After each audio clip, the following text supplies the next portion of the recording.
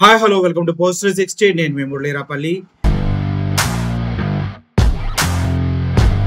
ప్రవీణ్ పగడాల మరణం తర్వాత చాలా నాటకీయ పరిణామాలు జరుగుతూ ఉన్నాయి. తన పోస్ట్ మార్టం అయిన తర్వాత మృతదేహాన్ని ఎటువంటి పర్మిషన్ లేకుండా హైదరాబాద్ షిఫ్ట్ చేసే ప్రయత్నం పోలీసులు చేస్తున్నారు. అక్కడ ఉన్నటువంటి దైవజనులు, పాస్టర్లు దాన్ని అడ్డుకునే ప్రయత్నం చేస్తున్నారు. ఎందుకంటే ప్రవీణ్ పగడాలది హత్య కాదు, కేవలం ఇది యాక్సిడెంట్ గా చిత్రీకరించే ప్రయత్నం ప్రభుత్వం మొదటి నుంచి చేస్తుందని పూర్తి ఇన్ఫర్మేషన్ పాస్టర్ల దగ్గర ఉంది. అదేవిధంగా ఎలా దాన్ని నిరూపించాలని, ఎటువంటి కార్యాచరణ, ఎటువంటి గిమ్మిక్కులు చేస్తున్నారు అనేది కూడా పాస్టర్లు చెప్పడం జరిగింది. గతంలో మన కింద వీడియోస్ చూసినట్లయితే అయితే ఒక విషయం అయితే క్లియర్ గా చెప్తూ ఉన్నారు. ఇందులో జగన్మోహన్ రెడ్డి గారు కూడా దీనిపైన మాట్లాడటం జరిగింది. దీని గురించి ఒక ట్వీట్ చేయడం జరిగింది. దీని గురించి లేఖ కూడా విడుదల చేయడం జరిగింది.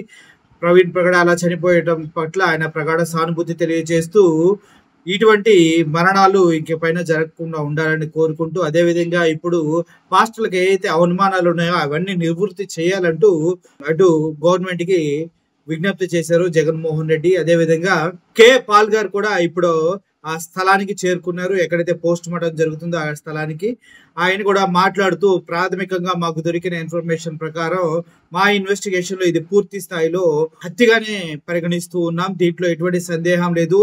అన్ని తేల్చుకున్న తర్వాత నేను ఇక్కడికి వచ్చాను. ఇది హత్యే ముమ్మాటికి. దీనిపైన సరైన స్థాయిలో ఇన్వెస్టిగేషన్ జరగకపోయినా సరైన స్థాయిలో దీని గనక దర్యాప్తు జరిగించి దీనికి న్యాయం చేయకపోతే మాత్రం క్రైస్తవ సంఘాలతో పాటు నేను కూడా రోడ్డెక్కి ధర్నా చేస్తాం, చాలా విధాలుగా పోరాడతామంటూ ఆయన చెప్పడం జరిగింది. ముఖ్యంగా కేఏ పాల్ మాట్లాడుతూ, అంత కరాఖండిగా ఇది యాక్సిడెంట్ కాదు, 100% హత్య అని ఆయన చెప్పడం వెనుక అసలు రహస్యం ఏంటో కూడా తెలియాల్సింది. ఎందుకంటే ఇప్పటివరకు పాస్టర్లు వాళ్ళు కొన్ని అనుమానాలు చెప్తూ వచ్చారు. హెడ్ లైట్ లేదు వెహికల్ కి, ఫస్ట్ నుంచే ముందే ఎవరో దాడి చేశారు. అదే విధంగా తన బాడీ పైన ఉన్నటువంటి షర్ట్ పైన ఉన్నటువంటి షూ మార్కలు, అదేవిధంగా ప్రవీణ్ పగడాల దేహం పైనే పడినటువంటి రాయల్ ఎన్ఫీల్డ్ బైక్, అక్కడే ఇరిగిపోయి పడి ఉన్న కర్ర ముక్కలు కంటినటువంటి రక్తము, ఇలా చూసుకుంటూ పోతే ప్రవీణ్ పగడాల బాడీ అంతా తన్ని పాడు చేసి మొహం అంతా కొల్ల పొడిచారంటూ వాళ్ళు చేస్తున్నటువంటి ఆరోపణల వెనుక అనేక రకాలైనటువంటి నిజాలు దాగున్నాయేమో అనిపించే విధంగా ఉంది. అయితే కేఏ పాల్ గారు కూడా తన వర్షన్ వినిపిస్తూ ఇంత కరాఖండిగా చెప్పడం వెనుక అసలు రహస్యం ఏంటో తెలియదు. కానీ ఇప్పుడు అనూహ్య పరిణామాల వద్ద ఇప్పుడు ఎక్కడైతే ఈ పోస్ట్ మార్టం చేస్తున్నారో ఆ పరిసర ప్రాంతాల మొత్తాన్ని పోలీసులు భారీ ఎత్తులో మోకరిల్లటం జరిగింది. ఎందుకు ఇంత భారీ స్థాయిలో పోలీసులు అక్కడికి చేరుకోవాల్సి వచ్చింది, దీని వెనక ఏం జరుగుతుంది అనే విషయాన్ని ఎవరు కూడా చెప్పలేకపోతున్నారు. పోలీసులు భారీ ఎత్తులో మోకరించడం కూడా కాదు, ఎటువంటి పర్మిషన్ లేకుండా ప్రవీణ్ పగడాల గారి మృతదేహాన్ని హైదరాబాద్ తరలించడానికి అంబులెన్స్ అన్ని సిద్ధం చేశారు.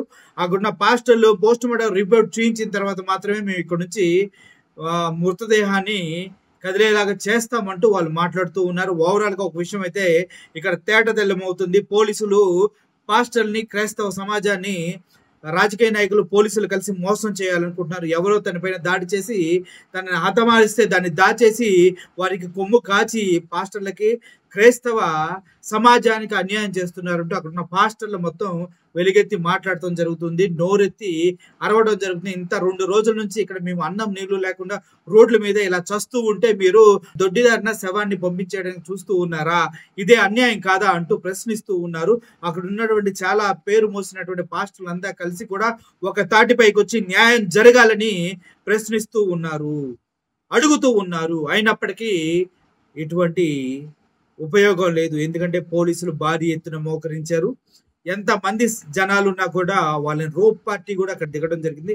ఆ రోప్ పార్టీతో సహా అందరినీ తోచిపుచ్చుకుంటూ కొట్టుకుంటూ కావాలంటే ఆ మృతదేహాన్ని తరలించే ప్రయత్నం అయితే చేస్తూ ఉన్నారు. దీని వెనక రాజకీయ నాయకులు ఇప్పటివరకు ఎటువంటి వ్యక్తి కూడా మీడియా ముందుకు వచ్చి మాట్లాడకపోవడం అనేది అత్యంత దౌర్భాగ్యం.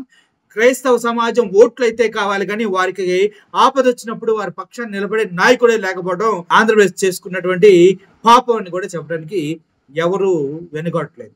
సో దీనిపైన మీ ఒపీనియన్ ఏంటి? ఇంత బలవంతంగా ఆయన పార్థివ దేహాన్ని పంపించవలసిన అవసరం ఉందా? ఎందుకు ఇంత దారుణంగా బిహేవ్ చేస్తున్నారు పోలీసులు, నాయకులు అనేది ప్రజలే తెలుసుకోవాలి, వారే మాట్లాడాలి. Thank you for watching this video. Murali signing off. Thank you so much.